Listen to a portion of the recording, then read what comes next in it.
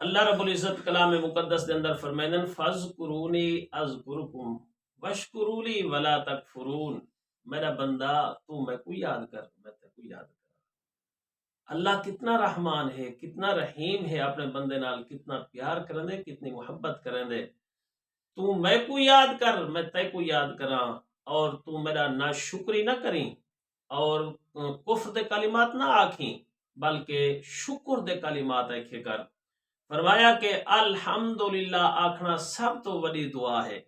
ہر حال وچ آکھو الحمدللہ، کوئی حال حوال پوچھے آکھو الحمدللہ، صبح اٹھو اپنے بسترے تے اٹھی کے تھوڑی دیر بہو آکھو الحمدللہ۔ ویسے تو علماء نے دعا لکھی ہے کہ اٹھتے ٹائم دعا پڑھو، سندے پہ ٹائم دعا پڑھو، لیکن جنہیں ساتھے کو دعا نہ آوے وہ کم از کم اتنا تو ضرور آکھیں کہ الحمدللہ، اللہ تیرا بڑا شکر ہے۔